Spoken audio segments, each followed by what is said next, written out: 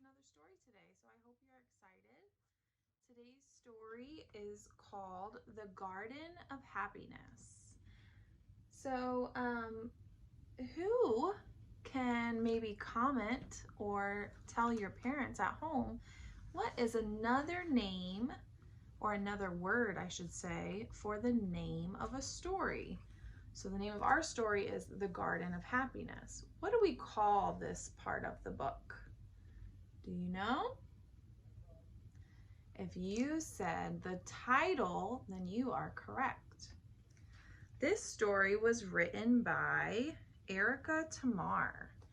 What is another word that we use to talk about the person who writes the book? We call this person if you said author, you are correct. The author writes the story. The illustrator of this story is Barbara Lambis. And the illustrator is down here. What does the illustrator do? If the author writes the story, the illustrator must. If you said that the illustrator draws or makes the pictures, you are correct. In this story, we are going to hear some new words. One word we are going to hear is inhaled. Inhaled means to breathe in. So let's practice that. I just inhaled air. Another word we're going to read is plots. In this story, plots are small pieces of ground. Now look carefully at the cover of this book.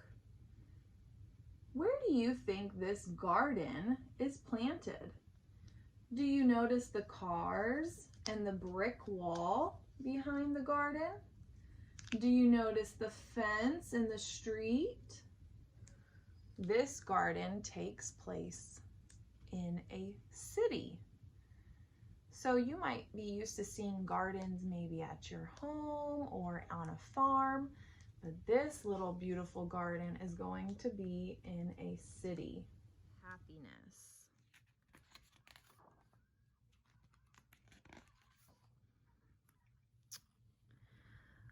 On Marisol's block near East Houston Street, there was an empty lot that was filled with garbage and broken, tired things.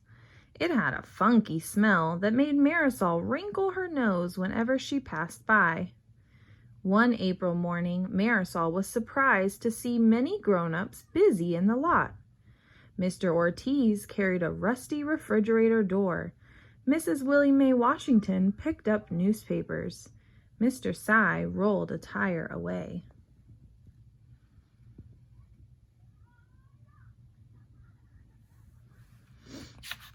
So why do you think that the grown-ups are cleaning up the lot? I wonder why. What are they going to put there? The next afternoon, Marisol saw people digging up stones. Mr. Ortiz worked with a pickaxe. ¿Qué pasa? Marisol asked. Mrs. Willie Mae Washington leaned on her shovel and wiped her forehead. I'm gonna grow me black-eyed peas and greens and sweet potatoes too, she said, like on Daddy's farm in Alabama. No more store-bought collard greens for me. We will call it the Garden of Happiness, Mr. Cy said. I am planting velour, such a beautiful vine of lavender and red. Yes, everyone is happy when they see this bean from Bangladesh. On another day, Marisol watched Mr. Castro preparing the ground. Miss Rodriguez rolled a wheelbarrow full of peat moss. Marisol inhaled the fresh soil smell of spring. Oh, I want to plant something in the Garden of Happiness, Marisol said. Too late, Nina, Mr. Ortiz said. All the plots are already taken.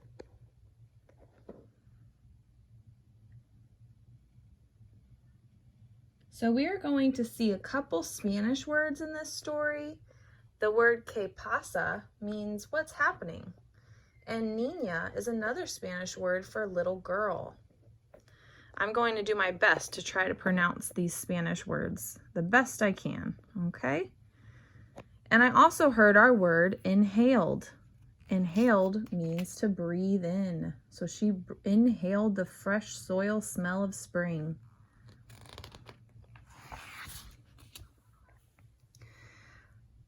Marisol looked everywhere for a leftover spot, but the ground was crisscrossed by markers of sticks and string. She looked and looked.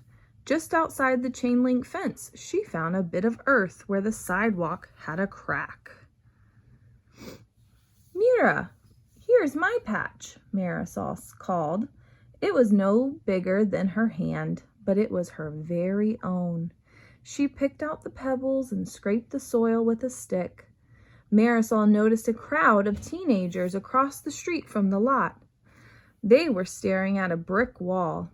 It was sad and closed up without windows for eyes. Marisol crossed over to ask what they were doing. City Arts is giving us paint to make a mural on the wall, a girl told her.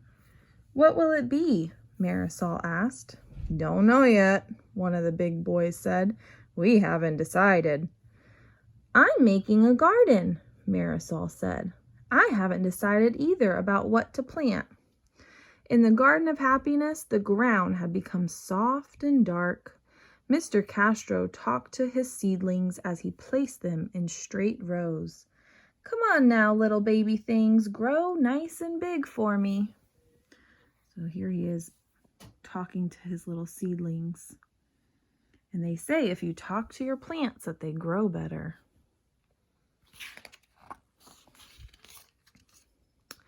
Marisol had no seedlings or even small cuttings or roots. What can I do, she thought.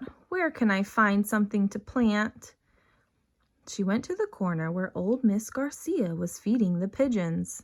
Marisol helped herself to a big flat seed. The birds fluttered about angrily.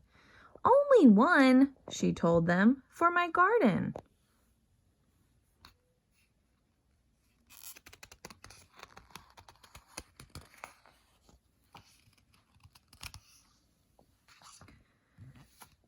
Marisol skipped back to her patch. She poked a hole with her finger, dropped in the seed, and patted the soil all around.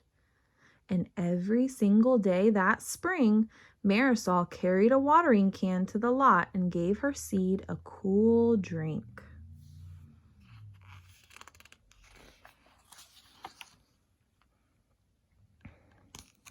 Before long, a green shoot broke through in Marisol's patch. Even on rainy days, she hurried to the lot to see. Soon there were 2 leaves on a strong, straight stalk. And then there were 4. It became as high as Marisol's knee. Green things were growing all around in the Garden of Happiness. Mr. Castro's tiny seedlings became big, bushy things with ripe tomatoes shining like rubies. What's my plant? Marisol asked. Now it reached to her shoulder. What's it going to be? Don't know, Mrs. Willie Mae Washington said. But I'm sure it's something. What do you think her plant is going to be? Do you have any guesses? Oh, wow, look at that picture. Marisol pulled out the weeds in the late afternoon when it wasn't so summer hot. Sometimes she watched the teenagers across the street. They measured the wall. They talked and argued about what they would paint. Often, Marisol saw Mr. Ortiz in his plot, resting in a chair. I come back from the factory and breathe the fresh air, he said, and I sit among my habichuelas, my little piece of Puerto Rico. Is my plant from Puerto Rico? Do you know what it is? Look at it back there. Mr. Ortiz shook his head and laughed. Muy grande. Maybe it's Jack's beanstalk from the fairy tale. Muy grande means very big.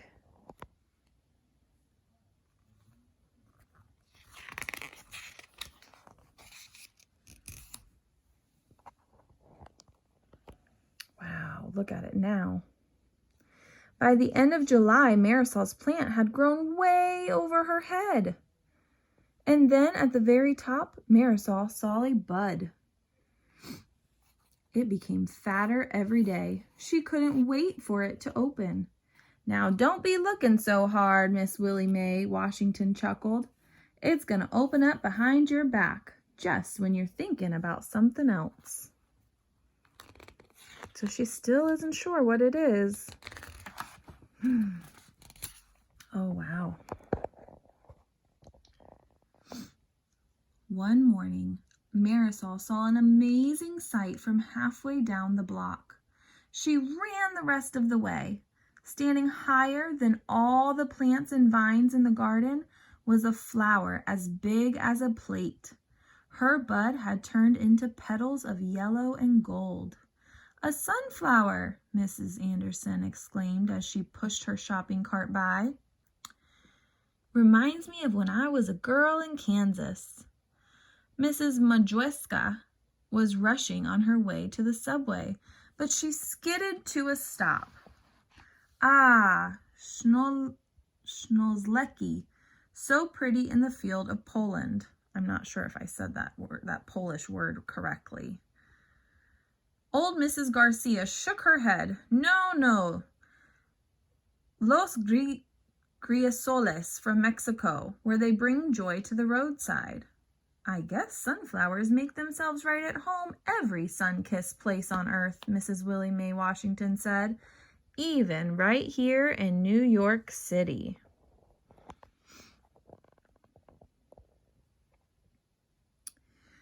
The flower was a glowing circle brighter than a yellow taxi. A flower of sunshine, Marisol thought. The happiest plant in the garden of happiness. So why do you think they call it a sunflower? I wonder why. Kind of reminds me of the sun a little bit. All summer long, it made the people on the street stop and smile.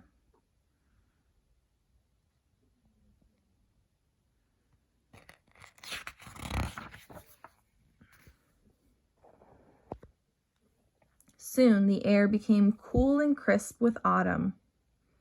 Mr. Castro picked the last of his tomatoes. Mr. Sy carried away a basket full of beans, and Miss Rodriguez picked her tomatoes to dry and cut for salsa, she said. Mrs. Willie Mae Washington dug up orange potatoes. "I can almost smell my sweet potato pie," she winked at Marisol. "I'm going to save an extra big slice for a good little gardener I know." But something terrible was happening to Marisol's flower. Its leaves were turning brown and dry. Why do you think the sunflower leaves are starting to turn brown and dry, huh? What's happening? Remember, now it's autumn. It's no longer summer. So I think something is happening to the flower.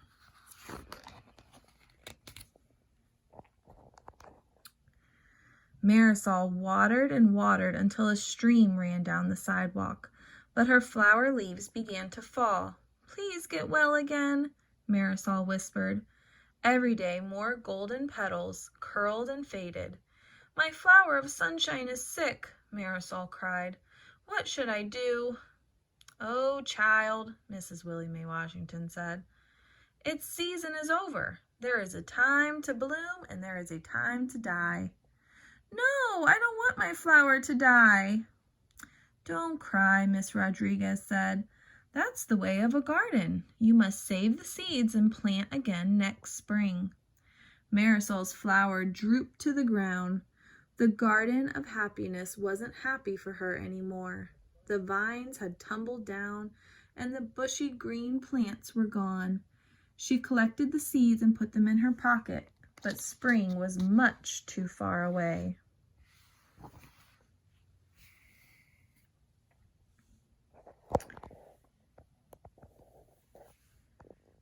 Marisol was too sad to go to the empty lot anymore. For a whole week, she couldn't even look down the block where her beautiful flower used to be.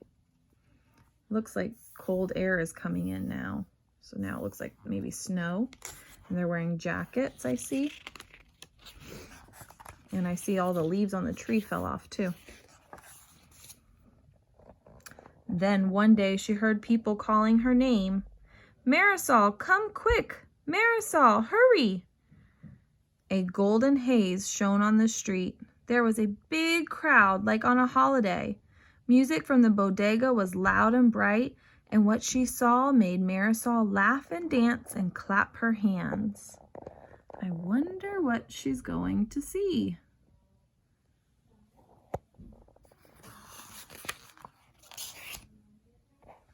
Wow, it looks like those teenagers made a mural of her sunflower.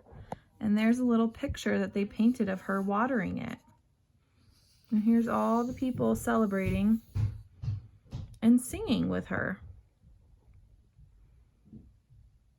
All right, thanks for joining me with our story today and listening to The Garden of Happiness. This is one of my favorite stories that we read in our kindergarten class. So I definitely wanted to film myself reading it to you. And I hoped you liked all the illustrations and the special surprise at the end. And I'll see you guys next time. Bye.